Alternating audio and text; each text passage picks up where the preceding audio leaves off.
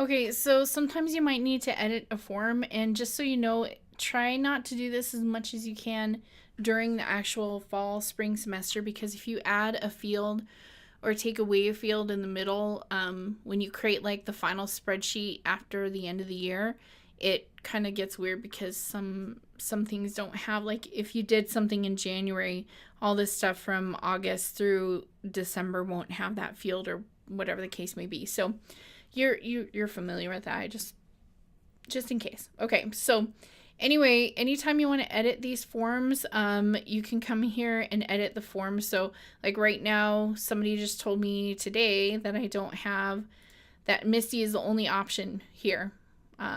So looks like Misty is the default option. I don't know what this is. Required drop downs.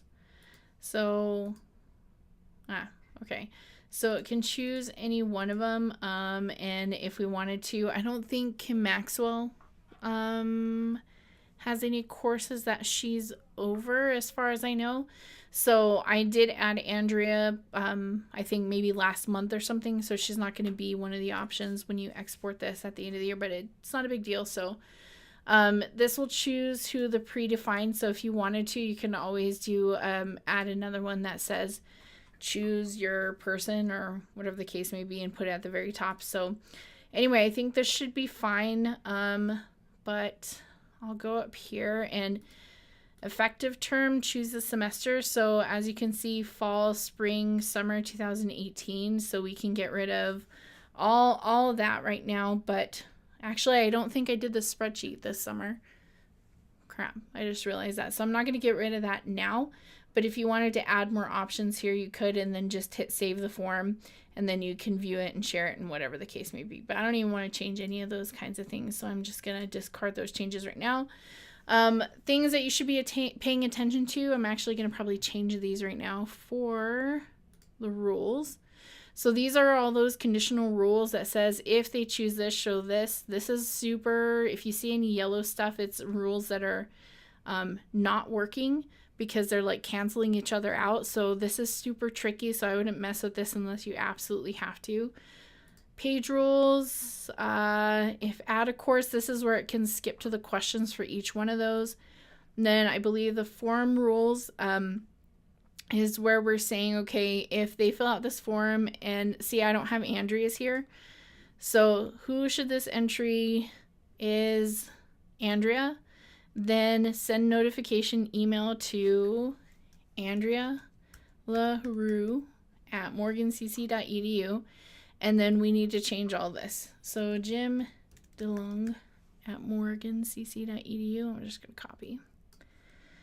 So sometimes you can also put maybe yours if you wanted to as like a catch-all option in that drop down if you wanted that to happen, but I don't want to have that happen to me. So I'm going to hit save form rules, and then what I do is I just create a rule that automatically puts anything from MCC curriculum committee, and it'll say either course or program. You can't see any program because since I made that rule or got this new Mac, I haven't gotten any program things. But I have it automatically going here, so I can always go through these.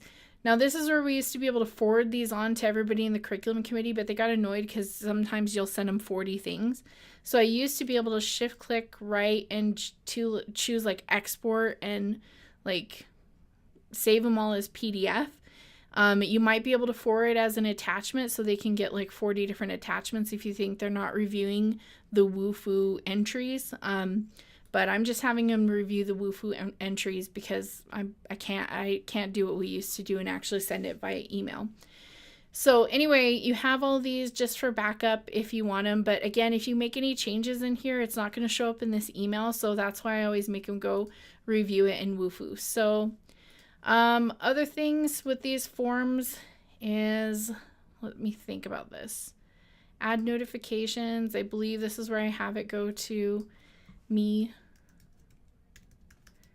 And I have it in both places because it was being tricky and not working one time. So I just made sure to have it in both places, that it sends me all of them. And then if it's going to one of those three ladies, that it also sends me a copy of it as well. And let's see.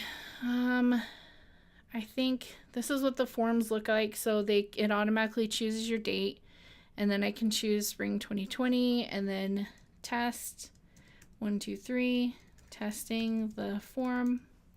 So this is that rule that jumps them to pages. So if I say change a course and click next page, it should jump them through and say, is this made by CCNS? They can say yes or no. And then whatever they answer here, it's going to pull up that conditional response here. So this one, this I am done, it's just like we had to have that in order for it to jump to page 5 instead of the next page. So usually it's just checked, and I tell people they don't have to do anything with that, just let it be checked. So I think the other thing is this design is coming from, just so you know, because I was always confused about where that was, is coming from this MCC Curriculum Committee themes. And you can come up here to themes to see what that is going to look like. So yeah, there you go.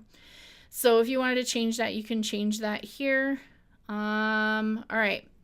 So I think we'll just do a whole different video for the very last like year-long thing that we usually create.